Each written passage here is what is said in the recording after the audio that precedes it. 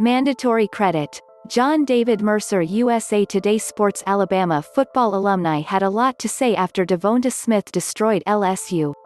DeVonta Smith has been the best wide receiver in college football this season.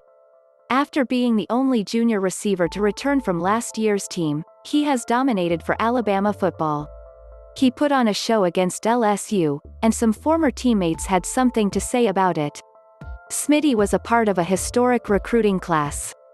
He joined the Crimson Tide alongside Henry Ruggs and Jerry Jeudy, making them the best receiver class of all time.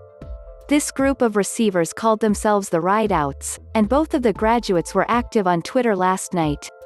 After a dominant first half, Jeudy said that DeVonta Smith deserves to be the first overall pick in the 2021 NFL Draft. While he might not reach those levels, he has certainly helped his draft stock. Jeudy also released a conversation he had with Smitty before today's game. After last year's loss, you could tell that this game was personal. DeVonta Smith had a monster game last year against the Tigers, but he played even better in 2020. While he did not reach 300 receiving yards, he did have 231 receiving yards and 3 touchdowns.